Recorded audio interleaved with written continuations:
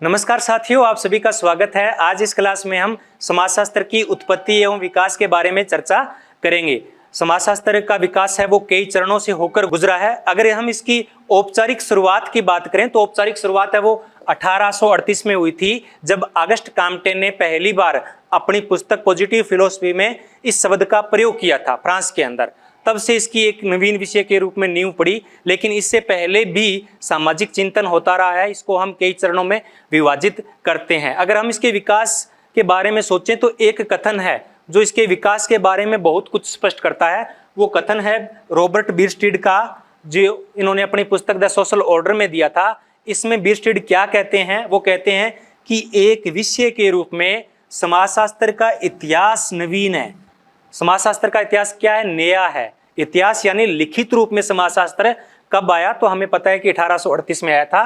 तो इतिहास नवीन है, लेकिन इसका अतीत काफी प्राचीन है। अतीत प्राचीन है यानी सामाजिक चिंतन की शुरुआत है वो बहुत पहले हो चुकी थी।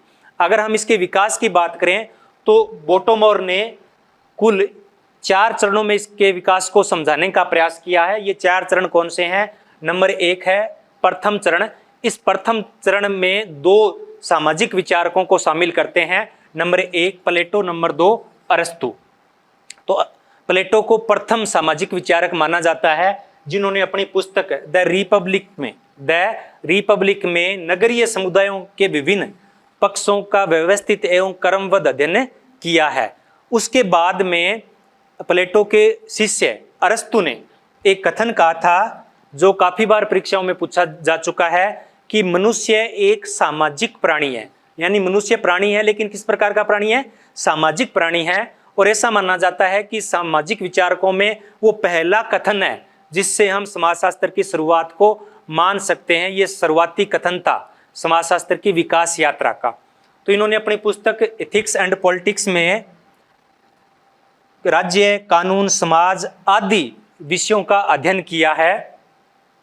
और अगर हम भारत में इस समय की बात करें तो भारत में भी हमारे जो वेद थे, उपनिषद थे, ग्रंथ और धार्मिक ग्रंथ हैं, उनमें भी सामाजिक चिंतन मिलता है। जैसे कि मनुस्मृति में, कौटिल्य के अर्थशास्त्र में भी सामाजिक मुद्दों पर चर्चा है वो की गई है। तो ये समाजशास्त्र की उत्पत्ति का पहला चरण है।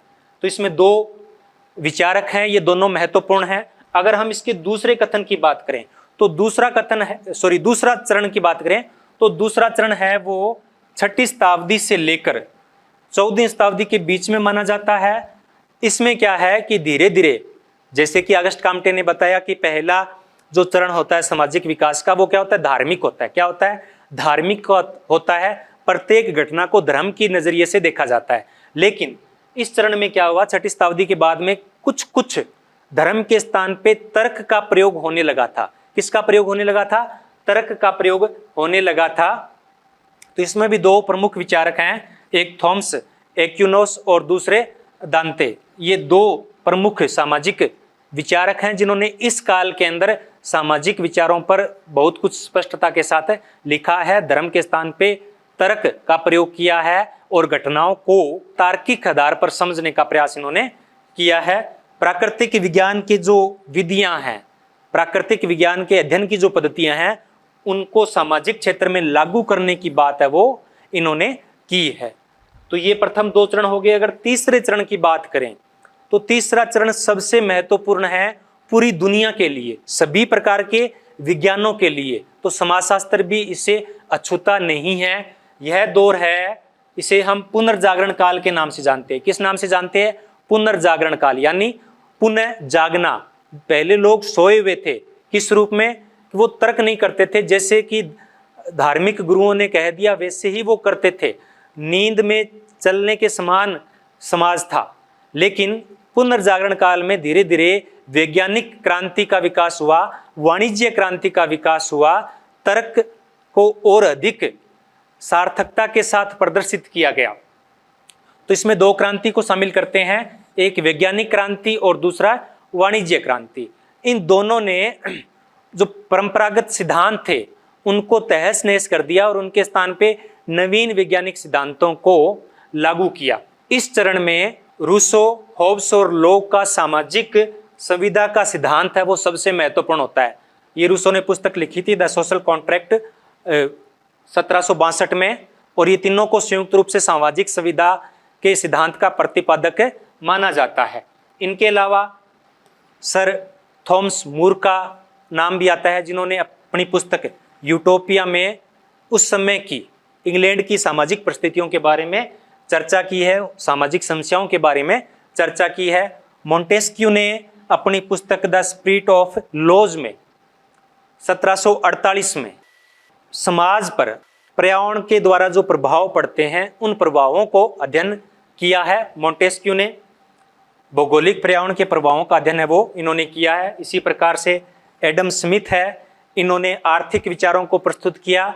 मोल्थस ने जनसंख्या वृद्धि का सिद्धांत है वो प्रस्तुत किया था। तो ये तीसरा चरण महत्वपूर्ण है और इसमें सबसे महत्वपूर्ण है पुनर्जागरण काल की व्यवस्था। अगर चौथे चरण की बात करें तो चौथे चरण की शुरुआत है वो औद्योगिक क्रांति से होती है। किससे होती है? औद्योगिक क्रांति से होती है, जो कि 1740 या 50 के लगभग इंग्लैंड में शुरू हुई थी। इसमें क्या हुआ था कि समाज के अंदर भौतिक परिवर्तन हुआ। जो पहले उत्पादन हाथों से होता था वो उत्पादन किन के स्थान पर होने लगा? हाथों की बजाय वो जड़ शक्ति के प्रयोग से होने लगा। जो पहले ग्रामीण समाज था वो अब धीरे धीरे किस में परिवर्तित होने लगा? वो नगरों में परिवर्तित होने लगा। जहां कहीं उद्योग लगा उसके आसपास के क्षेत्र से लोग है वो रहने लगे, और ये उद्योग के आसपास क्या होगा? एक औद्योगिक नगर विकसित हो गया। तो यानी परंपरागत जो ग्रामीण समाज था वो किस में परिवर्तित हो गया? वो नगरीय समाज में परिवर्तित हो गया। और इसी प्रकार से एक दूसरी क्रांति है वो है फ्रांसीसी क्रांति, जो कि 1789 में हुई थी। इसने भी समाज को वैचारिक रूप से परिवर्तित किया है। इससे पहले हमेशा राजाओं का शासन रहा था और राजा को ईश्वर का प्रतिनिधि माना जाता था, लेकिन 1789 में राजा को गद्दी से उतार दिया गया और प्रजातंत्र की कुछ शुरुआत की गई। और इस क्रांति का नारा था स्वतंत्रता, समानता और बंधुत्व। इसके आधार पे, इन दोनों क्रांतियों के आधार पे, औद्योगिक क्रांति और फ्रांसीसी क्रांति के बल पर समाज में अत्यधिक परिवर्तन आए और समाज में थोड़ी सी जो परंपरागत हजारों वर्षों से जो व्यवस्था चली आ रही थी वो क्या हो गई? भंग हो गई। अब नवीन व्यवस्था को समझने के लिए एक ऐसे विषय की आवश्यकता महसूस की जाने लगी जो उन सब को व्यवस्थित और क्रमबद्ध रूप से उसका अध्ययन कर सके। तो इसको क्रमबद्ध अध्ययन करने की जो शुरुआत की थी वो प्रयास किया था पहले साइमन ने। किसने किया था? साइमन ने ये प्रयास किया था कि सामाजिक घटनाओं का व्यवस्थित अध्ययन है वो किया जा सके, और एक ऐसा विज्ञान बनाना चाहते थे जो सामाजिक क्षेत्र के अंदर हो। और इस समाज को उन्होंने पहले नाम भी दिया था सोशल बायोलॉजी। क्या नाम दिया था? Social biology. लेकिन बाद में ऑगस्ट काम्टे ने अपने गुरु के, साइमन थे वो ऑगस्ट काम्टे के गुरु थे, उनके विचारों को मूर्त रूप देने के लिए एक नए विषय की शुरुआत की, जिसे पहले उन्होंने नाम दिया था सामाजिक भौतिकी। क्या नाम दिया था? सामाजिक भौतिकी। लेकिन उन्होंने देखा कि सामाजिक भौतिकी शब्द का प्रयोग है वो पहले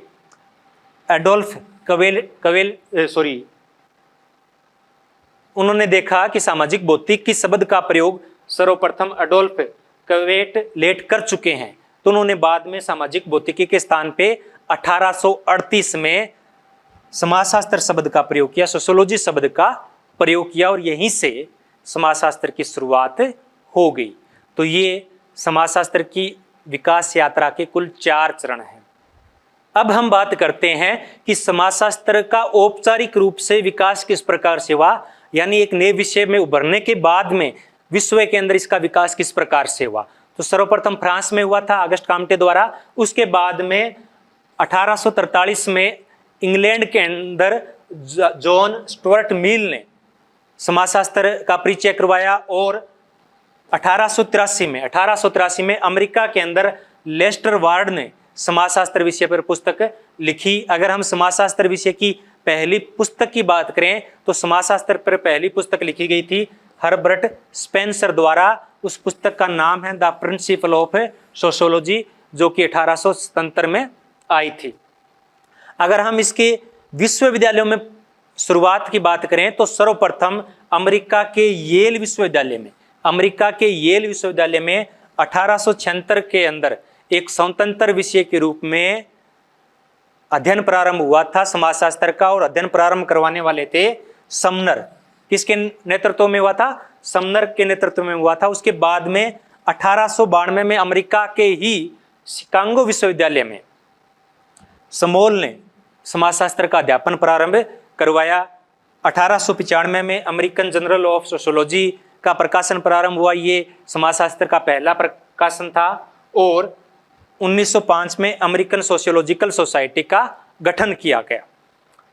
अगर हम भारत में बात करें समाजशास्त्र के विकास की, तो भारत में समाजशास्त्र का विकास है वो औपचारिक रूप से तो हुआ था 1914 में बम्बई विश्वविद्यालय में सर्वप्रथम एक विषय के रूप में इसको पढ़ाया जाने लगा था। लेकिन सामाजिक चिंतन की शुरुआत है वो बहुत पहले हो चुकी थी, वेद, उपनिषद, रामायण, महाभारत, गीता आदि में।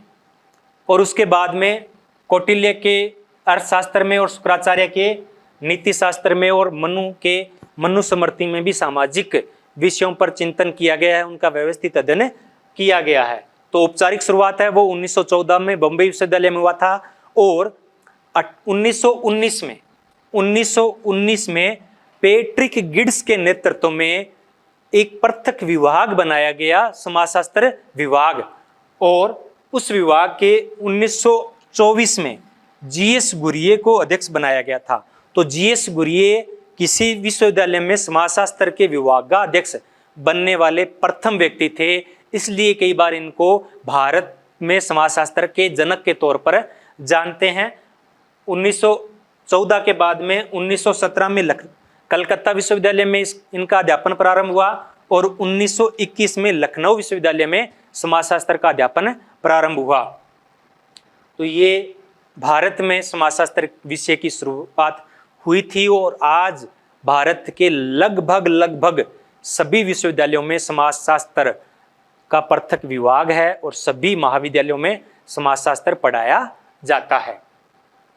एक आयोग भी बनाया गया था, उस आयोग ने सामाजिक विज्ञान के विकासों पे चर्चा की थी, सभी पे की थी, कोई अलग से समाजशास्त्र पे चर्चा नहीं की गई थी। इन्होंने अपनी एक रिपोर्ट दी थी ओपन द सोशल साइंसेज, जिसमें उन्होंने समाजशास्त्र का विकास है वो जर्मनी से माना था, लेकिन इस रिपोर्ट को ज़्यादा तवज्जो नहीं मिली।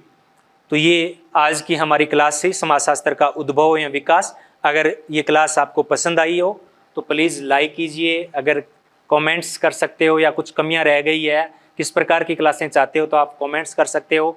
अगर आपको अच्छी लगी हो तो शेयर कर सकते हो और चैनल को सब्सक्राइब कर सकते हो। आपने इतने प्रेम से सुना, इसलिए आप सभी का बहुत बहुत धन्यवाद।